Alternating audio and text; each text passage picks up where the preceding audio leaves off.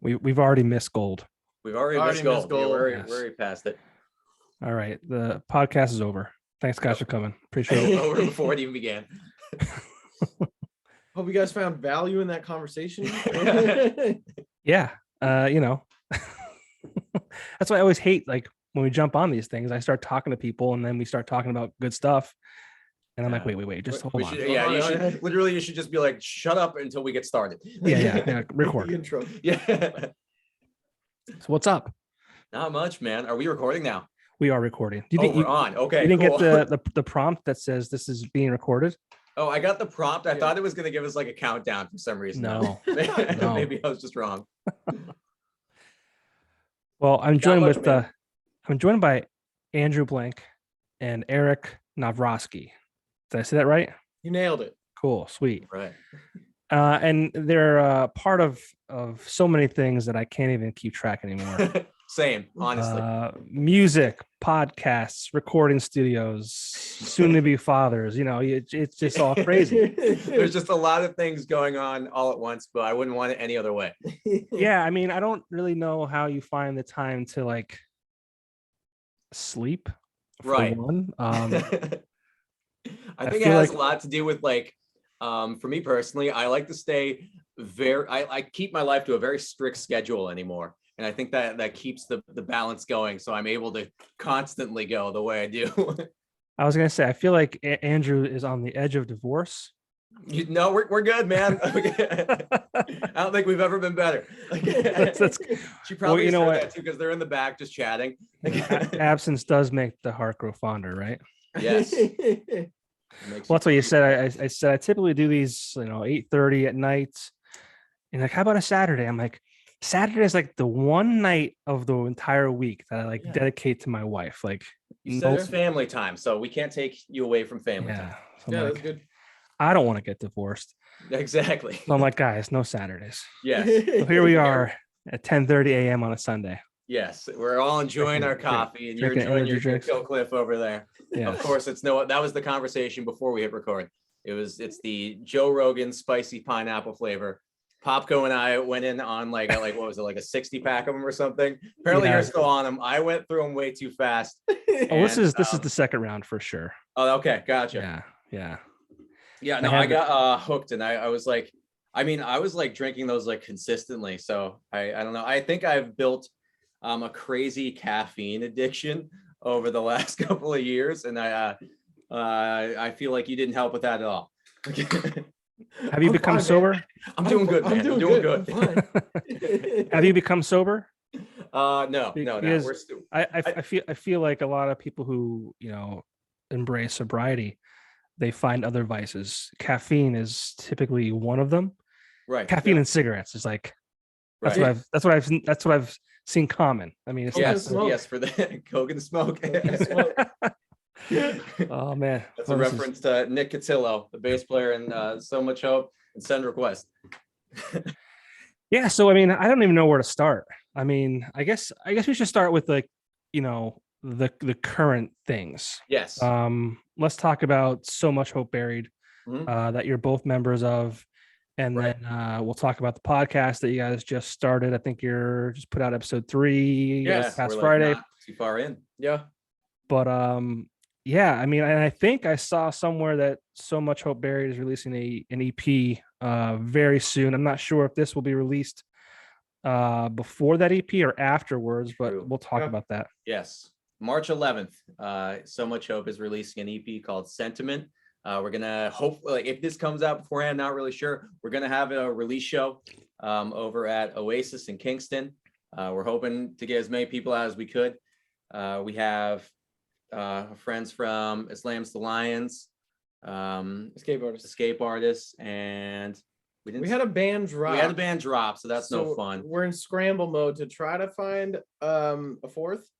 But if not, the other two bands can certainly pull their own weight. Absolutely, they're amazing bands. So yeah, we're gonna even if this doesn't launch before that show, we're gonna record as much of it as possible and put it all out, man. Yeah, the more content, the better. I'm gonna try to. Yes. So you're doing the release of the EP and a show the same day? Yes. Okay. And you said Oasis. Where is that at?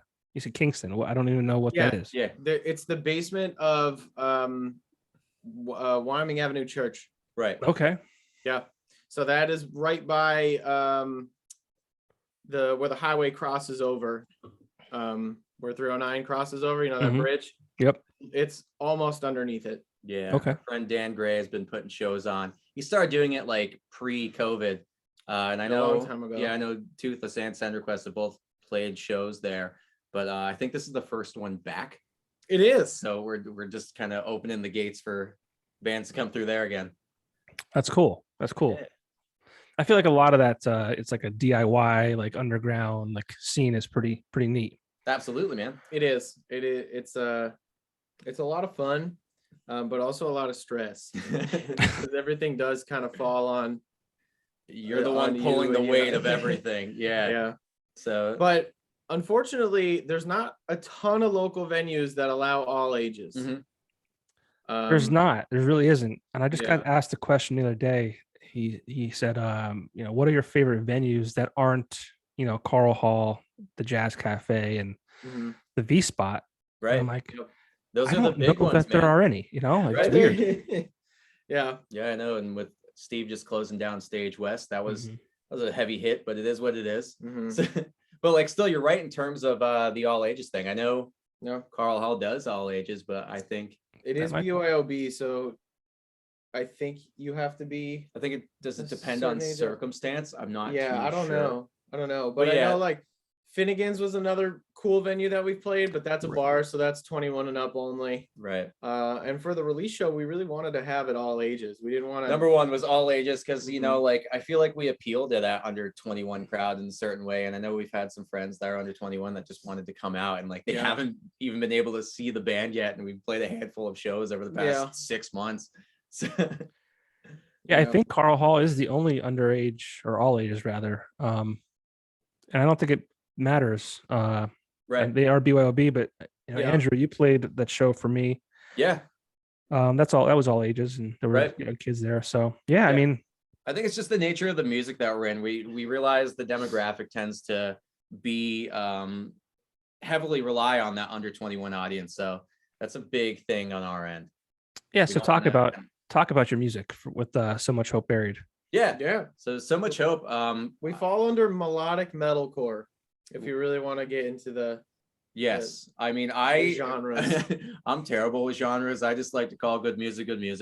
But I would say like we often get classified as melodic metalcore, melodic hardcore. Yeah, that kind of thing. I think the goal of the band, it was started by Bart, our screamer, and Derek, our piano player and clean singer. Right. And the lyrics are all written by Bart. I think Derek helps him out a little bit too, but it's very personal stuff. So we kind of put the background music and attach music to a lot of personal feeling to how Bart is. Right. I always look at it from the point of view of the nature of the type of music that So Much Hope plays is very unique, being that it's kind of like spoken word from like one point of view. And we are the guys kind of creating the soundscape for that like poetry. And I think it's actually like really freeing to be a part of something like that. Because I feel like it kind of, you're vibing. Yeah, it doesn't give us any boundaries. That's why I like to almost think of it as like a genre-less thing, because like whatever the lyricism kind of dictates the music. And being like me, just being the guitar player in that band, there's just something real cool about being like, oh, Bart has this lyrical idea. What is going to really like bring out the sounds of the emotion that he's trying to portray? Yeah. And it is a lot of rooted in like, at least this EP is rooted really in like deep feelings and gets certain emotion, gets emotional and gets dark. So I feel like that just kind of brought out that aggressive, almost like sad type of vibe. And that's just what it ended up being. Is this a second release from the band? Technically we're going to go ahead and call it. We're going to call it the first release. I would say the first. Yeah. So, it's a very interesting story. I know it started. So the band, before it was named, technically started way before either of us were involved. So what happened was in this, from my perspective, in the summer of 2020, I was literally on a lunch break from work, and Derek Nowak just gives me a call, and he's just like, "Hey man, do you want to just hop on this track that me and Bart have?" And it ended up being a track called "Worry" that like it was very, very interesting, being the fact that Derek's just a piano player and Bart's just a vocalist. So and then I threw in like guitar, and the nature of the music being spoken word, it felt like, at least from my perspective, it felt like almost like an incomplete idea. But Oh, okay. it was kind of put out like, that's just to be really honest, because they always looked at the thing like a whole band, and we didn't have the whole band yet. So it was just piano, guitar, and like poetry, and it came out this very unique thing. And then over time, I would say a few months in, they were just like, we have this full band idea, and we went to go record it with Eric. Kind of. So yes. So they did Desert Child, which is a single that's out now, but we re-recorded it, we redid everything, and we're gonna take it off Spotify and put it back on with the new EP. But they came to me to record the vocal parts of it, because I think they sent it off to somebody else to mix and master. I can't remember, but they wanted to do like a higher quality of vocal recording. So I was like, absolutely. So they came, and I was like, hey, this song is pretty cool.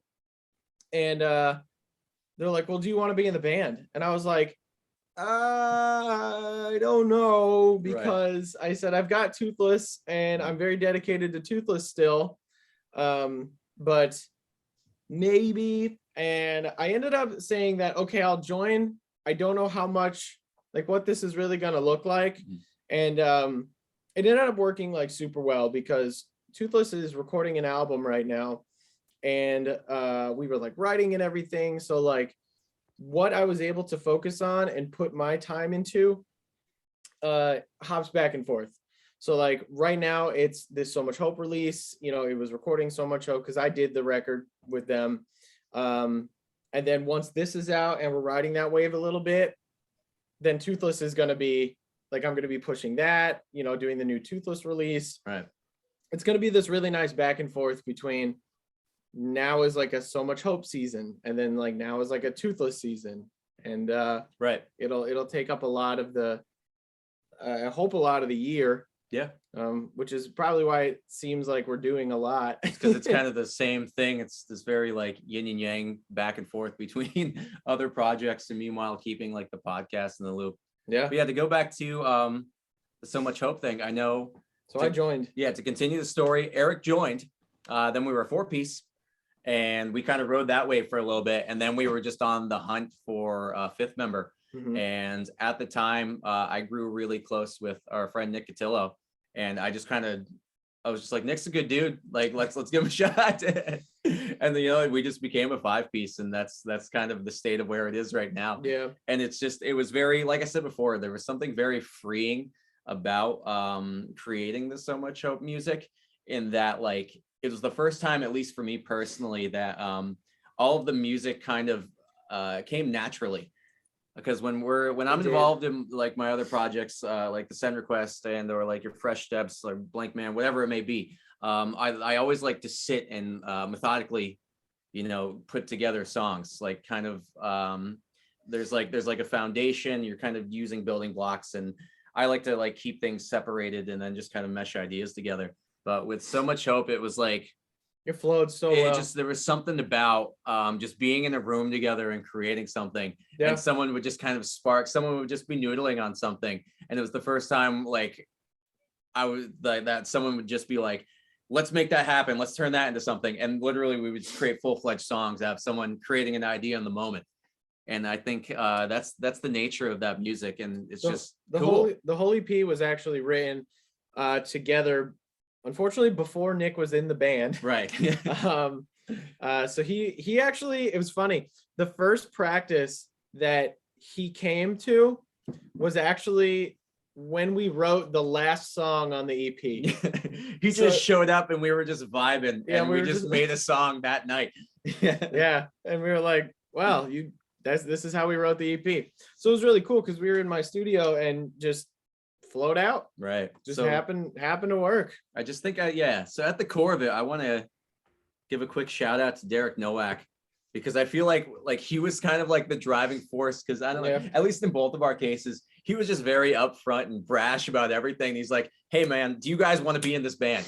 And and both of us were just like accommodating, because Derek and Bart are just great guys, and they just asked, and we were like, yeah. And then everything just naturally took its course, and here we are. Right. I find it to be so wild how like there's like a core, like 2 or 3 or 4 of you even that like are all in the same band. Like you borrow from each other. We pulled them all from different places. Now all of a sudden we're here. Yeah, it's funny because I know back in the day, this is like 15, 20 years ago. Right. You didn't see much of that. It was, this guy's in this band and that was it. Yes. But now you see a lot of collaborations and a lot of, just I'm in this band, and this band. I don't know how you guys find the time to do it. Right. I really don't. But I think it has everything to do with like you said before, just kind of structuring the schedule. Because one thing's on the back burner right now while this one's in the forefront, and then they just kind of trade places, and you do that continuously. And then I think it kind of gives that mystique that like we're doing everything all at once, even though one thing is just got put to the side for the time being. Yeah. Do you think anything suffers as a result of being in so many different projects? Because like I myself, like I just couldn't, like I need to focus on one thing. Like I immerse myself in what I'm doing. Like I don't know that I could give 100% to X, Y, and Z. Right. Here's something that I found out. So like as I'm communicating with the bands and as we're learning how this is gonna roll, the best thing that we did was like ask people to take over roles. So like for the longest time, I would say that I was really heavily invested in Toothless, about driving the bus and being the guy who did everything I possibly could. But then recently, now that I've kind of been doing things with so much hope, I would just talk to Toothless and say like, hey, can you guys take over this? Like, can you put this? Because like I really want to see this project going, but I just don't have enough time right now. And that's how it goes. And they're in other bands too. So like Travis and James are in Sleep Sculptor. So when they're going to be doing that thing, I think they're going to record an album in March, I think at the end of March or something. So like at that point, Toothless is going to be waiting for our mix and masters to come back. So like it's going to be a nice lull, but it really is just like divvying up responsibilities and everybody being willing to help when needed, so like I took a step back from Toothless about putting so much effort into it. I'm also building a new studio, and that's taking a lot of my time and energy and whatnot. And I told the guys that, I said, guys, like this is where I'm at, I just can't do it. And they're like, that's cool, do what you got to do. When you're out of this season, you can come back and help us out a little bit, and it just keeps going back and forth. And just like having people that you can rely on is really important. Makes all the difference. Yeah, super important. Yeah, I got mad respect. I mean, I don't know how you guys are doing it. I really don't. We're trying our best, man. Yeah, that's pretty much all we can do. Well, I mean, Andrew, real quick, let's run down the list. Yeah. You have So Much Hope. You have Fresh Steps, which is a great project that I love. Blankman, you mentioned. I mean, I'm guessing that you're doing all these things because they're all a little different in their own regard. So it's like, are you just bored with life and you think you need to get involved with so many things, or is this like a creative outlet for you where you're able to like, so I want to do this, and I want to do rap, and I want to do hardcore, and I want to do whatever. Right. No, absolutely. No, I think it kind of stems a little bit from wanting to do everything. So it's funny. It's part of the reason why I'm involved with Novro Studios and doing like all the producing for these other artists, which I'm super grateful for at this point.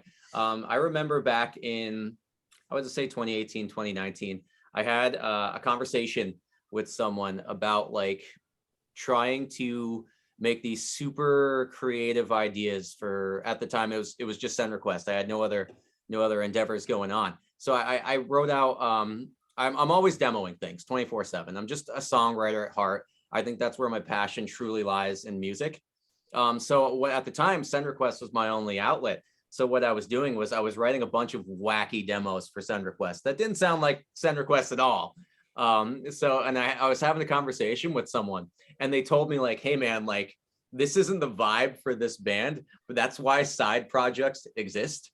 So, and I don't know, for some reason that kind of resonated with me. And then over time, I guess through like networking and just trying to be more of a social person, I was just able to connect with a lot more people. And then I was just ambitious enough to be like, hey, this doesn't have to be like a big deal for you, but like if you want to get involved with this, I would love to like just be collaborative in some way, shape, or form. And I think over the last 2 years, life just kind of worked itself out. I've always had that like I need to grind mindset. I don't know what I'm doing. I don't care where it is. I need to be productive and making progress somehow. And I think that just really added up in regards to just kind of building the people that I'm surrounded with and the opportunities that were created because of it.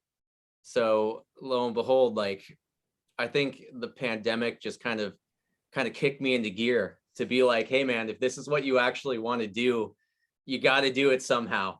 So I've linked up with a lot of people, and I'm still grinding, and I still have stuff to put out, and I'm excited for what the future holds. You make me feel lazy.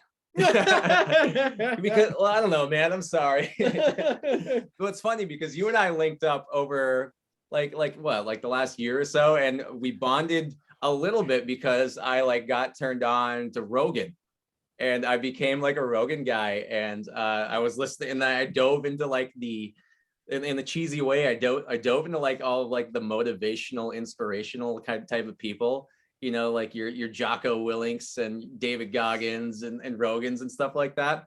And so I listened to all these like inspirational stories, and they would almost like drive me to like want to do more. So I'm also, yeah, literally like, so like, outside of music, I am like real big on like health and wellness now. And I have a goal before my baby's born to run a marathon. So that's kind of where I'm at right now. So that's why if you follow me on Instagram, I'm always taking photos of my feet, because I don't know, it's just enough for me to like remind me like, hey man, like there's a bigger picture here. And as long as you're consistent, you're doing something right. Like, and then the more you talk, the more things you add to your life, and I feel even more like a piece of shit. It's all good.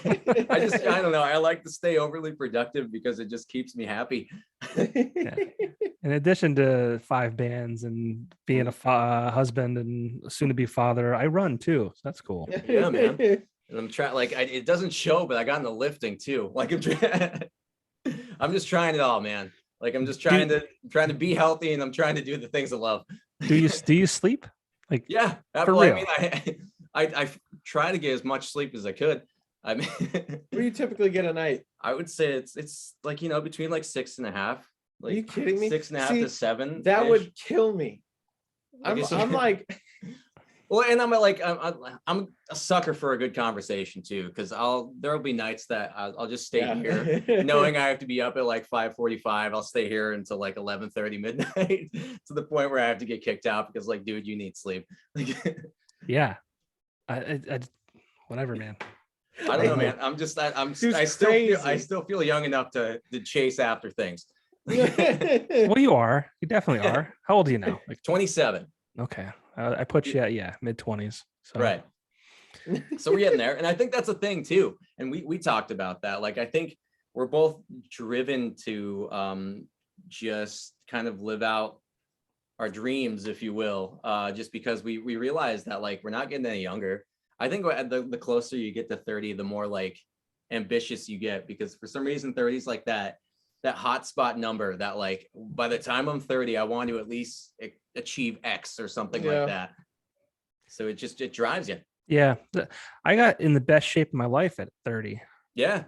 Now I'm in the worst shape of my life, but that's there's always time to bounce back. There is. Yes. There is. But I mean, Eric, I mean, you're kind of in the same vein. I mean, 2 or 3 different bands. You said you're building your studio. Yeah. You know, you and your wife are doing that. Like, that's really great. Like, what keeps you going?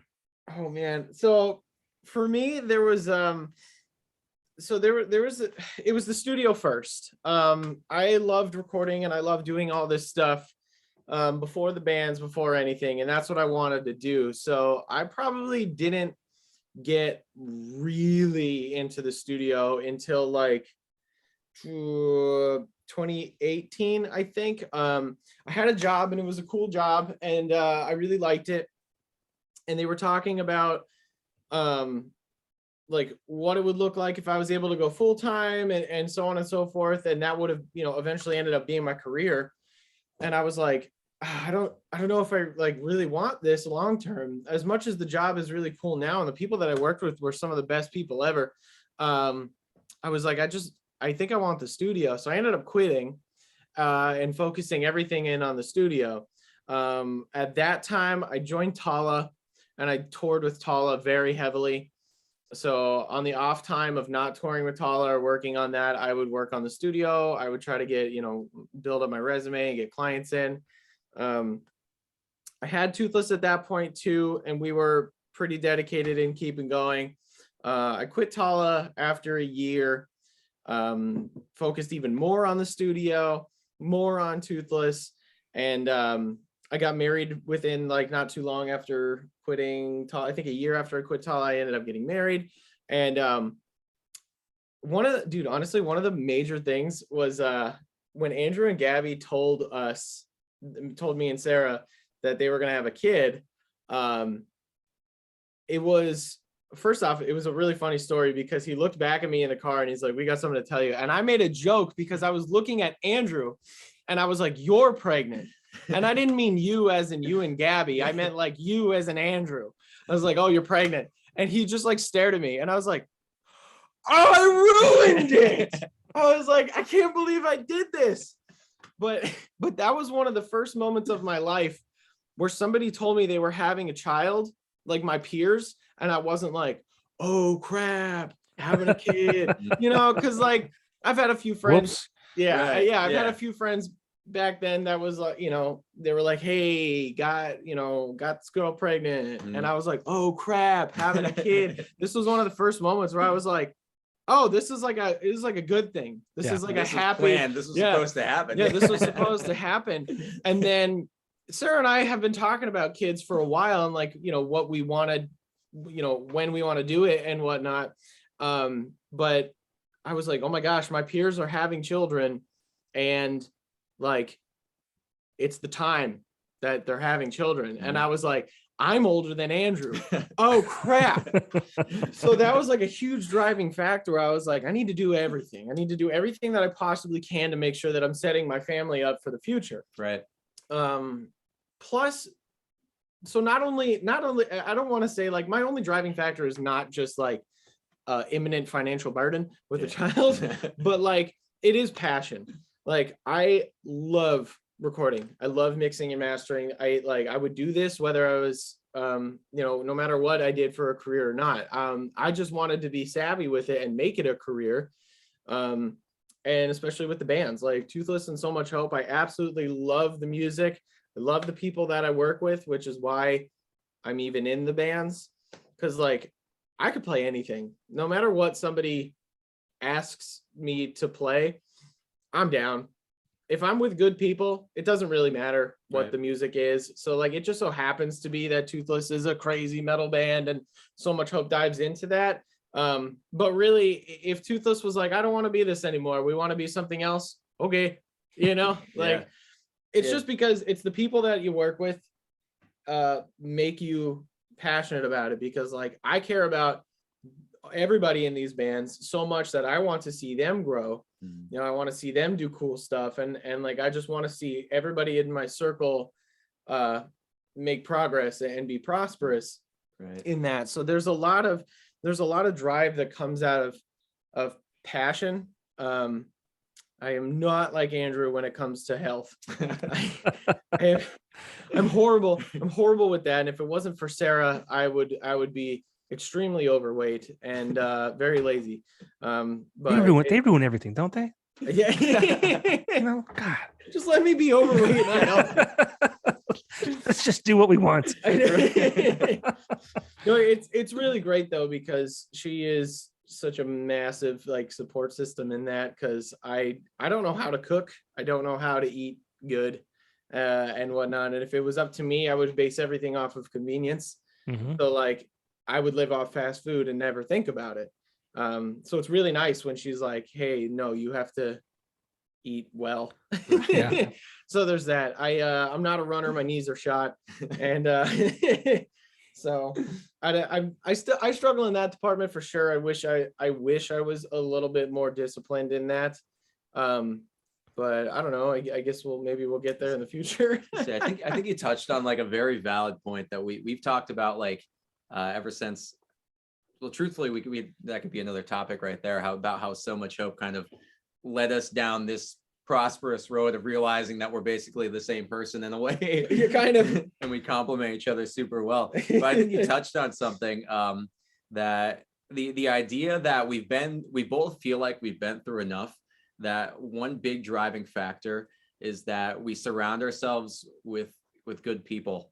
And there's like, I feel like when you're like anywhere 16 to 20 and you're just trying to be in a band, there's something about like trying to find like, oh, I need like the best guitar player ever, or I need the best bass, like whatever, this guy has to be great and such and such. I think you just come to realize that if you surround yourself with genuine, kind people, that definitely it definitely works the best long term. And keeps you grounded in wanting to pursue that avenue a lot more. I think just life kind of takes care of itself at that point. It's much nicer. I think my grandfather, he would always tell my dad, and my grandfather was much older by the time that I was, like, he died when I was 13. Like he was an older man, so I never really got to have that adult relationship with him. But my dad would always tell me what he would say, and my dad was, he's like, successful people hang out with successful people. And he's like, if you want to be like this, you need to be around people who also want that for their life. And I just, I've noticed that with the guys in So Much Hope and Toothless, it's, I just like, I want to be successful, so do they. And it's just this mutually beneficial, like, driving factor, I guess, because like the more driven Andrew is, the more driven I am, and the more driven I am, the more driven he is, and it just like keeps building on top of each other. We just keep bouncing off of each other, and it kind of sorts itself out. And like our podcast came out of stuff like that too, because we talk so much, and when we talk in So Much Hope and in the bands, it's, I don't want to say like life advice, but I love getting into those conversations of like how to grow, self-improvement and all that other stuff. So we were like, let's do a podcast about, we've had so many late night conversations about like how we're both like driven people, and we've just kind of realized we're pretty much in the same life circumstance, and so like we feel very similar in what our goals want to be. So we had so many conversations about it, and then one day Eric was just like, let's just start a podcast, because we're already basically doing that. I wanted to get into that next. You guys seem like this kind of like dynamic duo, music, producing things like that. And then you added another layer to the whole thing, which is this new podcast called Mixing Mindsets. So yes, please, by all means, talk about that. Okay, so I think my thing that I always wanted to do, or that I wanted to do when coming at this podcast, is to focus it around bringing like some kind of value to a listener. I never, like, I listen to different podcasts where you're just like, you're sitting there and nothing's really being said a whole lot, and they're just kind of talking about, oh, I like this, or I like that, or whatever. And I'm like, well, that's cool, and that's fine if that's your thing. But for me, I wanted to shape it around, and we've talked about this a lot. I wanted to shape it around somebody listening and being like, that's cool. That's a mindset that I want to be in. kind of where the name came from. And then also mixing, just because like we're in music. So I was like mixing and mastering. Right. So, so like that's where it came from. And I really wanted to provide a value to people where they're listening to it and they can pull something out of it on like a day-to-day basis and be like, that's cool. Like, that's something I want to implement. That's something I want to do. Because I think it'll just make me like either a more productive person or, you know, a more driven person or whatever, because it really is, I guess we'll say, intoxicating to see somebody else grow and prosper. So like if Andrew does something awesome or something great happens, that is almost equally as exciting for me, because he's, you know, I care about him. He's a good friend of mine, as well as everybody other, you know, all my other friends, the people that I care about who are good friends of mine. If they're doing well, that is extremely exciting for me. And I've come to be really good friends with a lot of people just because of the studio. And like, some of these people are so like wonderful that I want to see them grow and prosper. And I want to see them do really cool stuff. And I think even overarching above that, I want to see them do cool stuff in something that they love, something that they're passionate about. And I think it's because that's sort of what I tried to do for myself when it came to the studio. You know, I said, so many people were telling me like, you know, you're not going to be able to get a studio going. Like, that's such a hard market to get into, whatever, all these reasons why I can't do it. And I was like, but this is the thing I'm passionate about, and I want to do it for a living. So basically, screw you, I'm going to do it, you know? And it, you know, you just kept grinding and working and working. And I want to see other people do that. I want to see someone with a skill set that I don't have, like an artist or something. I have absolutely zero talent for anything that it comes to like physical, like drawing, art, painting, that kind of stuff. Absolutely none. But if I see someone who's really good at it, I get excited and I'm like, let's do this. Let's make that a career. I said, you have such a, you bring such a value to the table.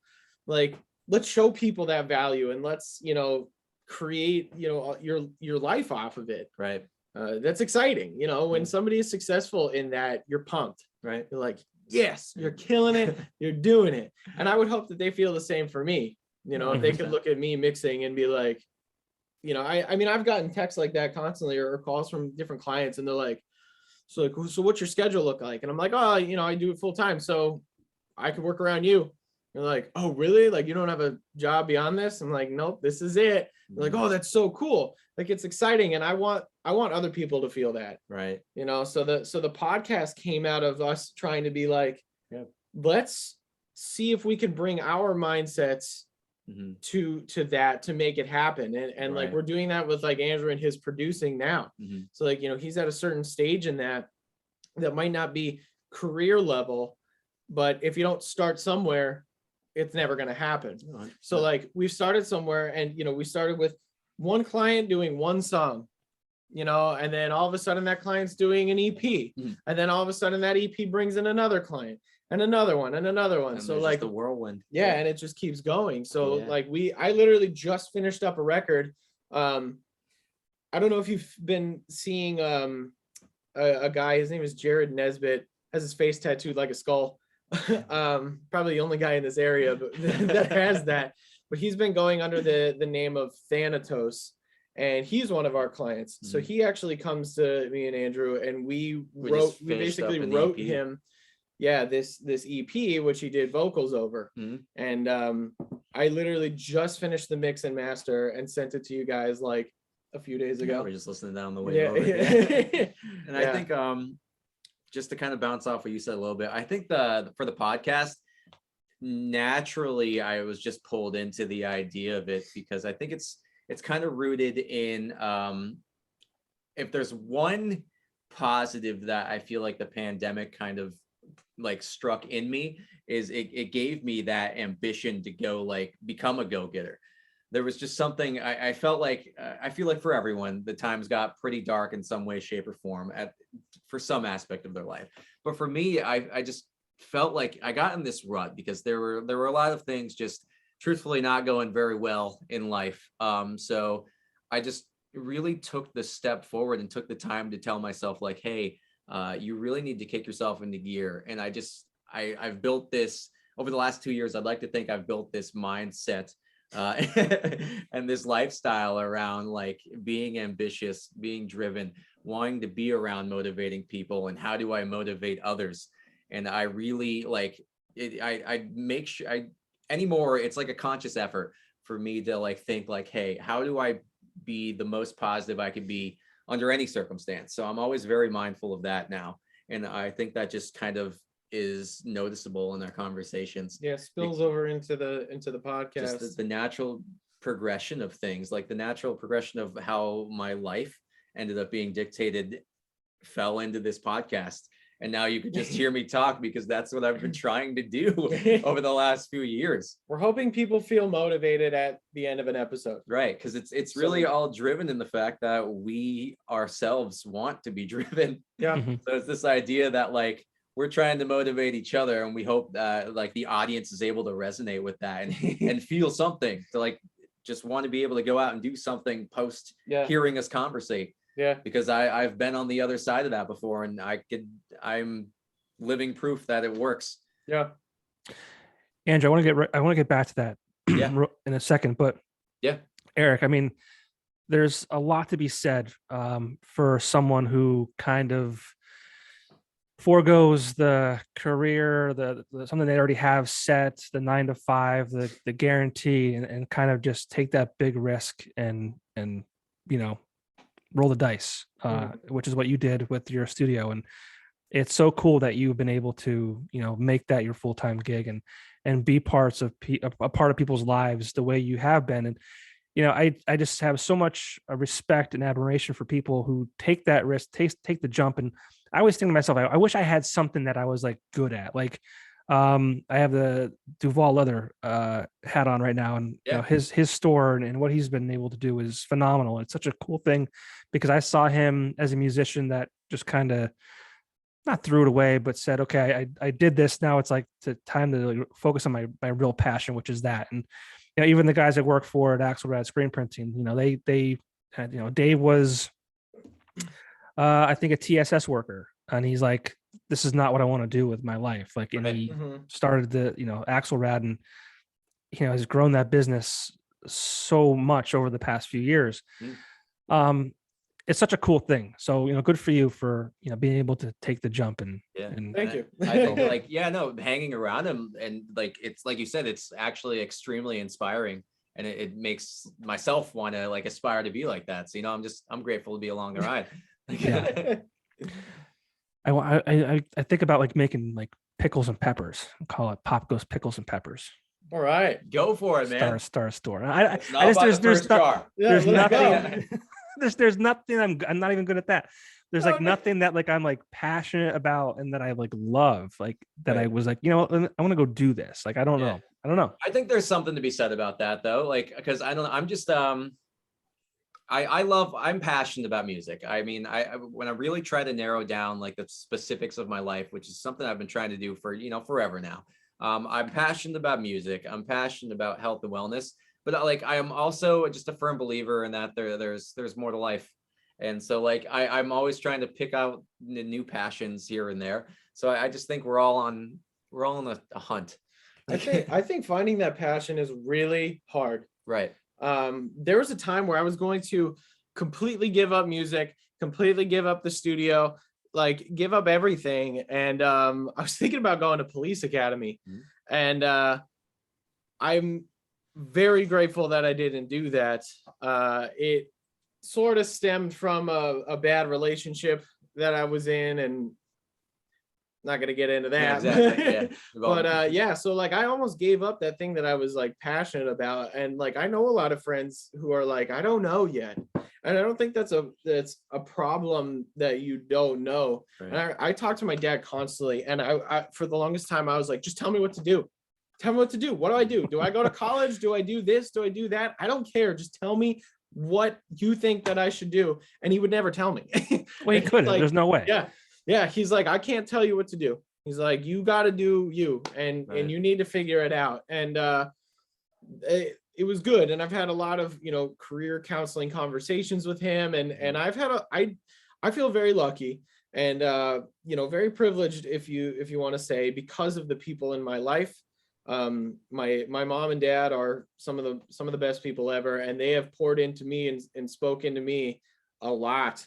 And they are the reason why I feel like I am, the way that I am at this point, because of kind of my upbringing through that. And I realize that not everybody is fortunate enough to have something like that. Not everyone is fortunate enough to have, a home with a mother and a father. And even if they do, some people have some ones that don't really care about them. And I think that's horrible. And I think one of the best things that you can do for yourself is to find that person that can be that figure, even if it isn't your actual father or actual mother, someone who treats you as such, who treats you with care, who looks out for you and the best that the best that you can be and whatnot. That is one of the greatest things ever. And someone who really speaks into you and shows you that you can do it, you're kind of worth it and whatnot. And my dad has taken on, I would say, that role for a lot of even friends of mine.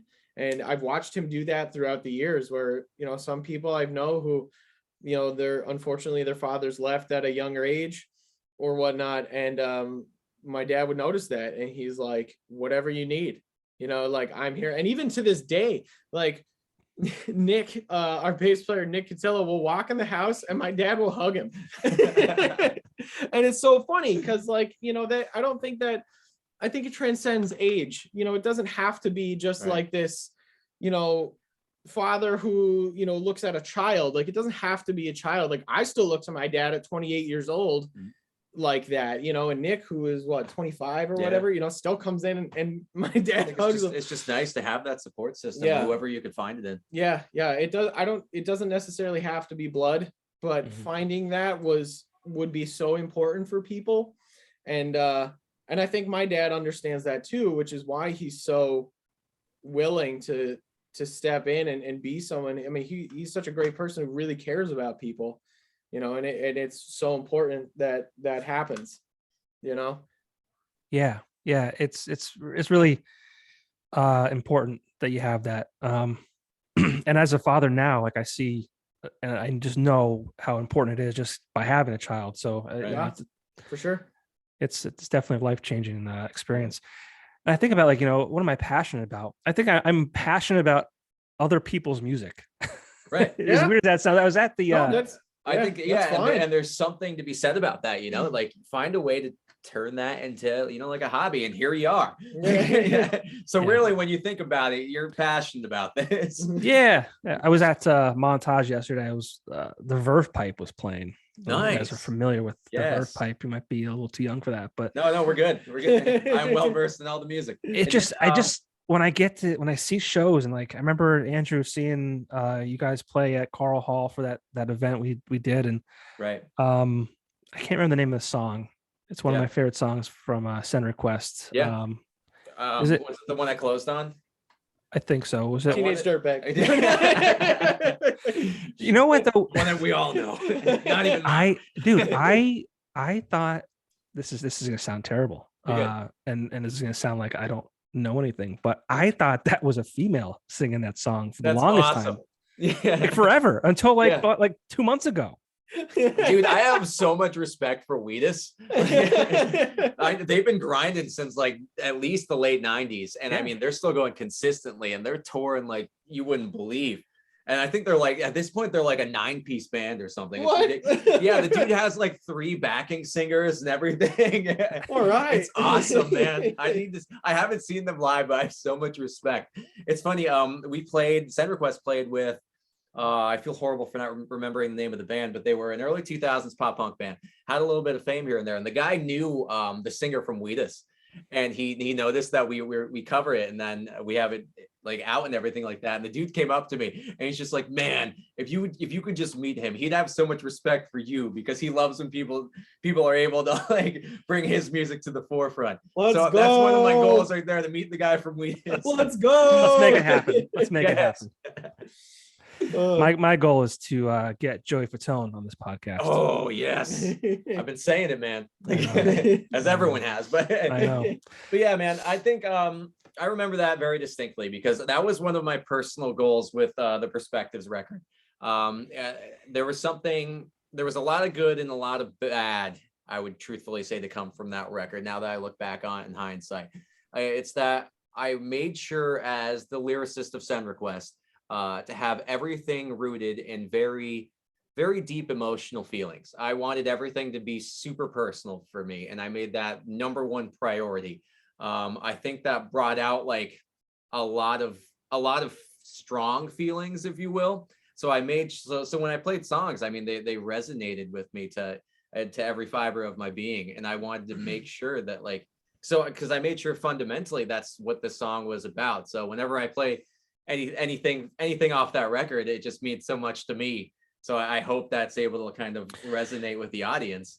Yeah, and what I was going to get at was just like, seeing you play. It was acoustic at that time. Yeah, it was just you, I think. I remember we closed on. I remember because I remember these shows because that was a good one for me. I just remember closing on.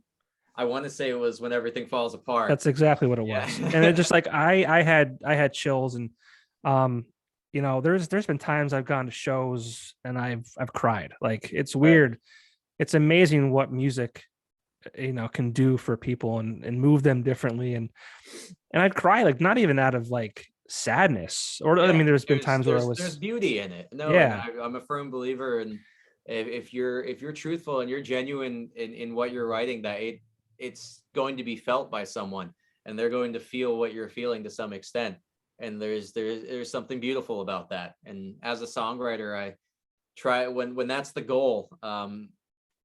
There's something that clicks. There's some type of energy that's felt that just resonates with everyone, and that's why I love it. It's just this transfer of emotion.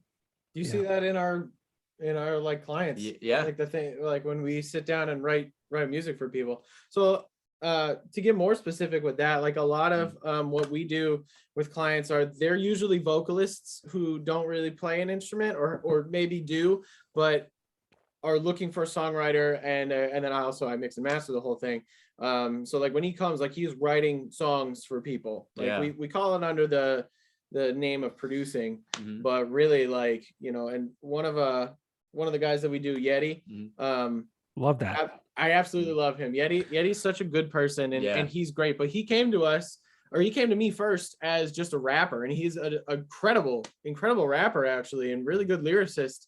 And he was like, I don't really, like, I want to do rap still, but I also want to do this kind of stuff. And I was like, I think you needed a songwriter and producer. So I got Andrew involved. Lo and behold, and that's how I jumped on board there. Yeah. And I think that's a big thing when even working with other artists, number one goal is make sure that you have to kind of like emotionally analyze the person under the circumstance of the song, and just be like, hey, what are you trying to say here? And what's the best possible way to bring that to the forefront, whether it's goofy or whether it's deep. Yeah. It's just, that's the goal. What you're trying to bring out is everything I'm trying to bring out in you. Yeah. I got to text him back, because we've been back and forth about scheduling one of these, and I definitely want to talk to him. Yeah. I love that song. Yeah. He's a great guy. Yeah. What's it called? Cocoa butter. Cocoa butter? Yes. Cocoa butter. Cocoa butter. So that is one of 4 off of an EP that he's got that we produced for him.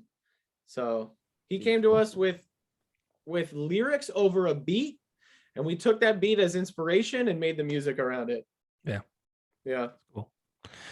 Andrew, I said I wanted to come back to this before. You mentioned the pandemic really kind of altered your life and maybe your thinking and things like that. And we don't have to talk about it, obviously. I'm 100% open. Yeah, I mean, Send Request is a different looking band than it was 3 years ago. Right. I don't know the backstory. I'm not asking you to get into anything if you don't want to. Obviously, it's things change, right? People change. Yes. You and I had a discussion via text. I saw a lot of things happening online. Right. And I'm not picking a side. I don't want anyone to pick sides on any aspect of things, because truthfully speaking, when I look back at that, I'm very open with Eric about that whole thing, and anyone that wants to bring it up. Truthfully, I look back on it in hindsight now with the most positive attitude that I could. I mean, like, so I'm truthfully, I'm grateful for everything that has happened, because it's created the person that I am today. And I think that's just the best way I could look at that point. I can't get mad at things anymore, because, you know, when you thrive in that negativity, it just creates more. And I know it sounds cheesy, but like, I have to believe that if you put good out into the world, it's going to come back to you. Yeah, and I think of the text because I said I saw some things online, people, you know, chirping back and forth or whatever it was, but like, you know, people change. You know, like, people grow up, and you guys started at such a young age. We started that band in high school back in 2012. Like, yeah, it's just so weird though. Like, I mean, it's not weird. It's like that's what happens. People grow up, right? They have different perspectives. It's that was the running joke for like 2 years plus that record. But yeah, I mean, it's you know, it's sad to see that happen, but I mean, it's part of life. It's part of growing up. It's part of, you know, finding out who you are. I mean, like, you know, you don't even, your brain's not even fully developed until you're 25. So it's like, exactly. No, 100%. You know, know, it just, I was gonna say, Gabby and I were actually having a conversation about that on the way over here, about how, like, you know, I have these conversations with people often, especially at 27, about how, like, it's such a crucial time for people to just like figure out where they want to be in life. Because I just feel like your 20s are a time to either make major progress or kind of stay stagnant, or just kind of venture off into, like, I feel like people kind of establish who they want to be for, you know, the in a way, kind of the rest of their lives during this time of their life. We're really you're kind of setting yourself up for what you want your future to be. Very formative. So formative years. So people kind of separate, and it is what it is. It's just the natural progression of life. I'm a big believer in why that's how we've linked up. We've realized we're very similar with where we are in life aspect right now. And that's part of the reason why I don't hang out with certain people that I would have hung out with when I was 16. Right. Like, people just go in different directions. I know that I could speak for Andrew in this when I say he has no bad blood towards anybody. So no, and I mean, I don't know the story, but I mean, from what I've seen and how I've seen people act, I can agree with that. Right. Yeah. It's just interesting. I mean, it's like, I'm not trying to like get anyone to talk. No, I don't. And I don't want it. Like, literally, it's funny because like it's obviously on everyone's mind. So like, it's weird being the icebreaker of that under every circumstance, because like Send Request is still very much an active band, or at least is about to be. And I think it's taken me a very long time to get to this point. Like, I'm not too like I'm keeping a lot of things in the back burner, but like, truthfully speaking, since quote unquote, like all of that stuff in the past has happened, I'm really trying to be on the forefront of like, okay, I'm past this now. Like, what's the progress on this? So you're the first person I'm going to tell, like, quote unquote public, but we're recording an EP. We're gonna go off to Indiana and record some new music to hopefully put out this year, and kind of, I want it to feel fresh, and I want things to just, if need be, I mean, the past is the past. You have to live with that, but you also have to find a way to move on. And I'm just this huge advocate of like positivity, and I want, negative things have happened in the past, and I'm more than willing to talk about them, but like, that's who those people were back then. This is us now. Like, let's live in that moment. Yeah. It's part of life, man. Yeah. It really is. But well, I mean, we could probably sit here all day talking about all the endeavors you guys are a part of, but I mean, tell us in the audience and listeners or whatever, where they could find, I don't even know what I'm going to call this podcast, because typically I would say episode 76. Right. Oh, I need to send you like you can just use our names, I guess. And I was thinking about this morning. You have to use this photo of the two of us. Eric's behind the kit, and I'm just rocking this guitar with goggles on. Yes. We just played the show, and I just ripped them. Yeah, I just ripped Amanda's photo. Yeah, that was Amanda. We'll send you the exact photo that you need to use. It's just me with these swimming goggles on, and I'm just rocking it. Perfect. Yes, please send me that. But I have no idea what to call this one. I think you could use our names. We need to have more conversations, and we can just keep putting them under different things. How about that? Yeah, and we'll stay specific to whoever that may be. Yeah, I'm trying to think of what. I'll have to figure it out. But all the things that we want to plug or whatever. There's a plug lot away. of things. There's a lot of things to plug. I get, obviously our personal socials and whatnot, you could keep up on that. And really there's like the bands, you've got Toothless, Send Request, So Much Hope are like the bigger ones that we're involved in. Yes. You've got my studio, Novro Studios. Mhm. You've got the podcast. Right. And then you've got like everything else that you've got little side projects. You got Fresh Steps. You got Blankman 94. Blankman94. Plug. I'm coming out with new music this year. I'm making sure it's happening. I was gonna say I'm almost done mixing one of the singles. So and you're gonna enjoy this one. I guarantee it. I think so. Yeah. What else we got? I mean, if you follow the studio, there's so much. Yeah, I know. If you follow the studio, you got all the artists we're producing. Yeah. You've got all of Sarah's stuff that she does. So if anyone listening doesn't know, my wife Sarah is actually the video side of my company. So anything audibly you hear is me. I make the records. Anything visually you see, whether it's playthroughs or music videos or commercials or all the other stuff that she does, that's all her. So yeah, I don't do anything with the video. She's a genius when it comes to that. maybe when I take this to the next level, I'll be contacting you for some video work. There you go. There you go. When I finally get a studio, if that ever happens, and all that kind of stuff, we'll make it pro. I've told you before, if you need a right hand man, dude, I know. The thing about you have zero, and once your baby comes, you're just wait. They all tell me it, dude. You think you can figure it all out. Listen, we need to have a conversation like a year from today, and I promise you, I'm going to come back the same person. All right, just I'm with like my calendar right now.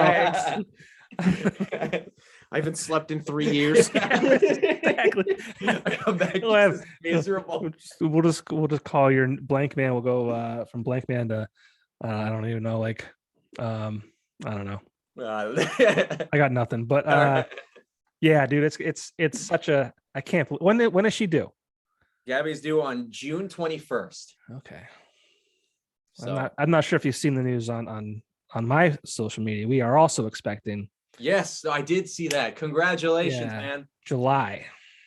June and July. All right. So we'll be almost in the same ballpark. Yeah. I mean, obviously you already have a kid, so yes. you're a step above me. I'm going backwards though. He's 4, he's pretty self-sufficient. I mean, he obviously needs our help for things, but there's no diapers anymore. There's no, he sleeps through the night greatly. So it's all that progress to go right back into it. But it's gonna. I have a. This is the first time for me. So if you get a random text from me at 11, I'll take it. Popko, I need some help. I'll be up. I'll be up too. I'll be sorry, dude. I got one too. You're on your own. Send him a video of your baby crying and say, "What do I do?" Yeah, dude. I don't know if you're in the same situation, but Gabby works nights, so I told her. I told her it's not her I'm concerned about. It's me. I'm gonna be spending a lot of nights alone with child. Yeah, we don't know gender yet and that's not my choosing. So, I'm gonna... dude, I asked you about that, and you're like, we're not gonna find out. I'm like, oh man. Yeah. Oh no. I went home and I told Gabby about that. I'm just I told Popko that we're not gonna find out the gender, and he just responded with brave. Dude, I needed time to get my mind right. I mean, first of all, we're having a child, and I'm I need to know what we're having so I can plan and prepare. And dude, I'm trying to get there, but I don't know. So I have 50% girl, 50% boy, trying to prep at 50% for both sides. Yeah, our second one is a girl, which I'm terrified of. You got boy, girl. You got the dream. I know everyone keeps saying that, but I'm I really wanted a boy because I kind of know what I'm doing with that. Right. Kind of. just a little bit. kind of. Preparation.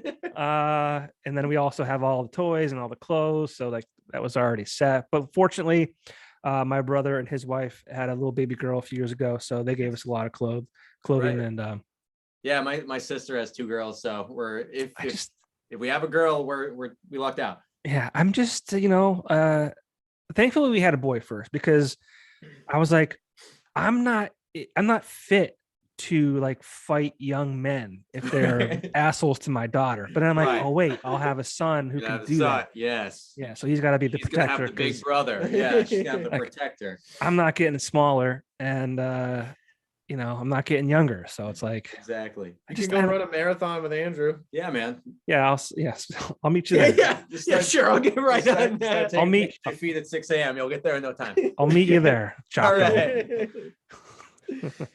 Well, guys, thank you so much. It's been a pleasure talking with you. I'm sure we You as could well, sir. we could do this all day, right? Yeah. It was a But blast. looking very much forward to the new EP with So Much Hope Buried. Hopefully that send request stuff comes out this year as well. Right. Blankman, obviously want to hear that too. And then obviously, keep me in the loop with artists you're working with. I'm looking forward to hooking up with Yeti. I think that's great. Yeah, man. Absolutely. Got a But few people to looking send your forward, way. Yeah, he's we're awesome. looking forward to everything coming out of Novro Studios. And Thank you. Andrew, best of luck with the new edition when he or she arrives. We got it. But seriously, if you need any guidance, I will do my best. Much appreciated. Please, by all means, reach out. I will. All right. I'll give you the best answer I can. I will definitely be doing that. Well, we could text at night together. Like All right. we'll be in the same boat. So Perfect. Please All help. right. I'll tell you what. I mean, the first couple months, 3 months, it's just change. It's a Life-altering life experience, altering, man. That's- exactly. But That's what they tell me. I wish I would have done it earlier. I wish I would have been younger when we did it. I was 35. My wife was Really? 31. Yeah. We had our first one, but I mean, there's reasons for that. There was, Yeah. and she's in Right. school for a million years because she's smart. Not smart financially, but smart in Right. book stuff. But Yes. Yes. yeah, and then We've read your story. My wife is a labor and delivery nurse. She has nothing but the most respect for you guys. oh, okay, cool. Yeah, it's been a challenging 2 years. Yes. But it was weird though, because like we had no issues with him. Yeah. Easy pregnancy, no issues. It's like we want to have a baby. We did the thing that produces a baby, and she was pregnant. It was like Exactly. that. It was Yep. like that.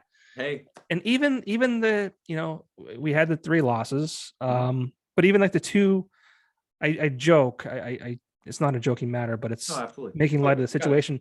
I said I was 4 for 5 for the longest time because like Right. it was like we Yes. wanted to have a baby. Here you go. She got pregnant. It was bizarre, but Right. yeah, I didn't even have to have sex for this one. I didn't Hey, even have to man. have sex for this one. Yeah. The fun part was gone. Oh no. IVF, man. It's very expensive endeavor, but Oh. it'll be worth Hey, it. There It'll you be go. worth it. It's always worth it. It's a blessing. It I think really I'll is. be Yes. a year or 2 behind you. Best of I- luck. I think that's what we're planning on. I don't know. We're all living the same life. We got this. Depends if I have a meltdown or not. Hey, you'll have 2 people to text. Yeah. The group chat, please help. Yeah. That's the title. Yes, please help. Oh, man.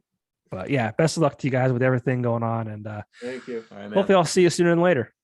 It's gonna happen. Awesome. Thanks, guys. See Thank ya. you. All right, see ya. See ya.